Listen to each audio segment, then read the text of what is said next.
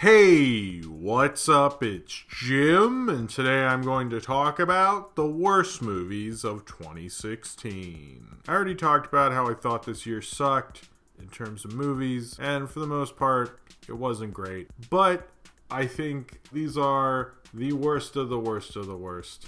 They're real bad, not very good at all. The singers this year were kind of epic in terms of their stinkiness. I guess if I have an honorable mention, it might be Trolls. I guess that really wasn't honestly that bad. There are probably worse things, but I really didn't like Trolls, so, you know. But I only have 4. I don't usually do a top 5 worst because I don't like to dwell on the hate, man, you know? I like to talk about things that are great about movies, I guess, more than things I hate about them. But these 4 are like, wow.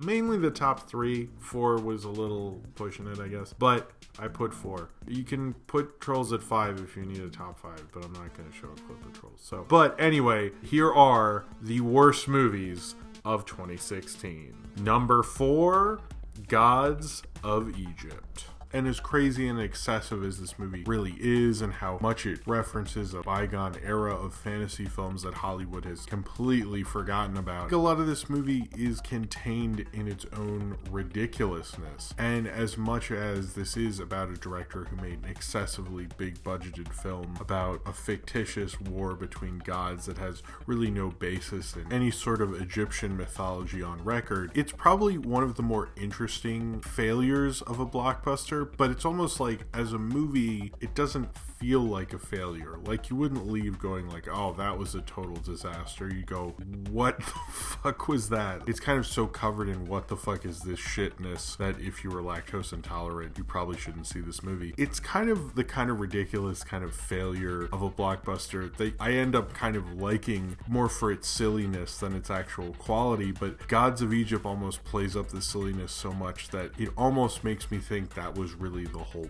point. Number 3, Independence Day Resurgence. It is big, it is stupid, it is dumb, and it is not very good at all. In fact, it is so bad that after the movie was over, a lady in the audience started screaming that that was bullshit, and it was the worst movie she's seen in 38 years of watching movies. Now, I am not 38 years old yet, so I can't say if it is necessarily that bad in all fairness, but it is a really bad movie. It is like Terminator Genesis type of quality in terms of crappiness. It feels kind of intolerable. It feels like they actually cut things out. There's scenes in the trailer that I didn't notice in the movie. Maybe it's because I was blacking out because this movie was so bad. I don't think that's actually what happened, but it just felt like there were whole sections cut out of it. They introduce whole plot lines kind of just happenstancely, and there's a lot of like setup that is just kind of mentioned in conversation that should have been handled a lot better. It kind of shows the problem with these kind of disaster movies and how hard they are to nail. It makes Independence Day feel more like a fluke in terms of its director and its writer than kind of the norm for them, and it definitely shows they could never really do this again. It's just a forgettable sequel reboot of our times, but also that is irrelevant because it just sucks balls. It is like so terrible. There's no way to get around it. It's like a director I really tried to avoid all this time, like especially after Godzilla, and seeing the other end of his filmography and go, oh my god, you are like really bad now. I didn't see the whole descent happen. I'm just at the descent. I'm like, holy shit, you have devolved in terms of a direction. Number 2, Rules Don't Apply. Most older directors don't make something like Fury Road. They make like what Woody Allen's doing, or what Spielberg does a lot, but to much better effect. But Rules Don't Apply doesn't adhere to any of that, because most of the time when I was watching this movie, I was like, what the fuck is this? It just, like, the beginning cuts were happening like crazy. Like, the flow to it is astronomically, nonsensically awful. Saying this movie is mildly uneven is a mercy killing. This movie is horrible, fascinating, not very good, horrible again, fascinating in that way. You're like, I'm glad I saw this, but I never want to see this again because I'm just confused that anyone thought this was at all acceptable. At kind of its most sensical, I guess, is that it's like two separate movies colliding in at once and not being either. And that's the best this movie is. I don't think it's the worst movie of the year. It's definitely the worst edited. What was this? It's so uneven. It is like so many different styles and things. It cuts to like footage at the time it's sort of trying to do in that what Scorsese did with The Aviator. When people let this movie go, I'm just like, I can't get into it. The flow is so weird. And then it has plot lines that never come back and are introduced for reasons that I do not understand. There's like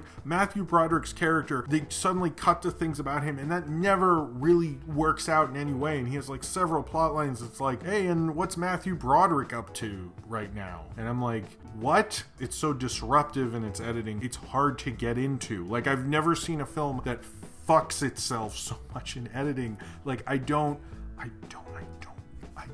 know. I just don't know what to make of this. It's kind of like a wonder of nonsense. I just hate this movie. I hate it. I don't like it. I'm fascinated that I saw it. I don't ever want to see it again. A lousy biopic, poorly edited in a frenetic way. It's like waking up from a dream and going, what the fuck was that? I don't want to think about that anymore. I hope this is a dream I forget. It's not like a fever dream. It's like a dream and you wake up and you know that part in Inception where you're like, I realize it's a dream and now I'm gonna wake up, but you stayed in it too long, but it keeps going and you're like, I'm in an empty theater watching Rules Don't Apply. And the number one, and because it really was that bad and it's kind of shocking it got a theatrical release at all, and I feel like everyone knows what it is, but regardless, it's Norm of the North.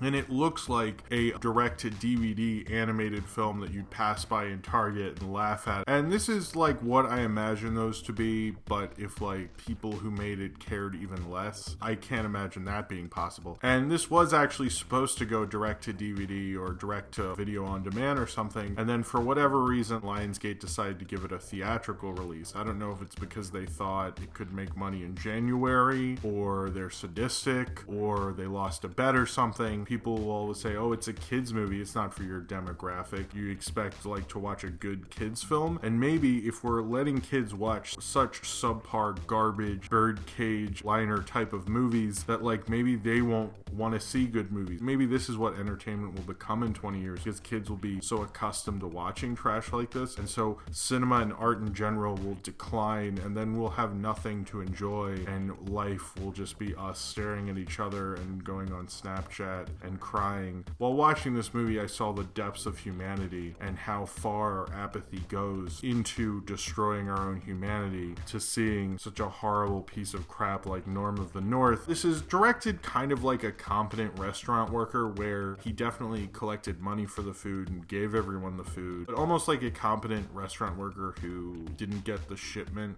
at McDonald's that day and they didn't have tomatoes and lettuce, so you're just stuck with your quarter pounder that way, and you're kind of fine with it, but you're like, I'm not going to go back to that McDonald's. And that's kind of how Norm of the North is directed. It's like competently, but like competently in such an incompetent way. I mean, you did finish it. The thing that's interesting about both this and Food Fight is they both have a plot. Their character is fighting corporate greed, but they're both movies that look like a studio who cared way more about the money they'd possibly be making off of an animated film more than actually making a good animated film. And this and Food Fight both have the thing where the antagonist is this evil corporate guy, so it's almost like there's a kind of self-hatred within the studio, or the directors and writers of these films are trying to make fun of the people who run the studio, which is probably giving them too much credit. This is a horrible movie. This is one of the laziest animated films. His awful dance is clearly something they animated once and kept repeating, and it is an ugly, horrible dance. It's worse than catching your parents having sex. That's how horrible that dance is. And then remembering it every time you see them for like the rest of your life.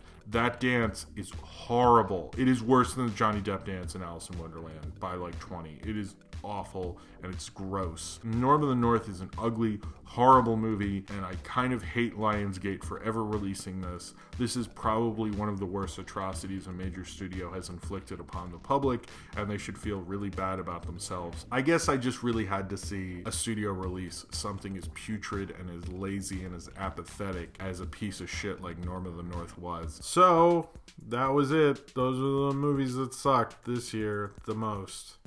is these four. It was a bad year, and I'm glad to be fucking done with it. Thank fucking God that it is over. We had a lot of bad sequels. We had a lot of unnecessary sequels. We had a lot of stuff that, just didn't turn out so good. But not a great year, and these were especially not great. When Independence Day Resurgence is number 3, you know some shit came out. You know, you might say I was being mean to Warren Beatty, but fuck him, that movie sucked. This was a garbage fire year, and the movies that were bad were like the garbage fireist. It's like if you tried to put out a garbage fire with another garbage fire with also bum urine or something. I just think these were all pretty epically horrible, not even in an enjoyable way. Gods of Egypt sort of, but the top 3, like, whoa. It's best that we're done with this, and best that I'm done with this video, because I hated all these movies, and they were... Oh man, that Blair Witch movie, what the fuck? Anyway, I'm sure you guys have way worse movies you thought this year, like, that you want to talk about. So if you'd like to talk about some of the movies that you felt were the worst movies of this year, put them in the comments below. Tell me what you thought were your personal worst films you saw this year that were released in 2016. Thank you for watching this, and I hope you don't see anything worse than these movies were this year. Hopefully. So anyway, comment if you've seen these movies also, and tell me how you also maybe thought they were the worst, or maybe how Norm of the North is a lost cinematic masterpiece that should be hailed for all time, and that you're stupid. You can comment that if you want. But anyway, thank you very much for watching, and subscribe if you would like to.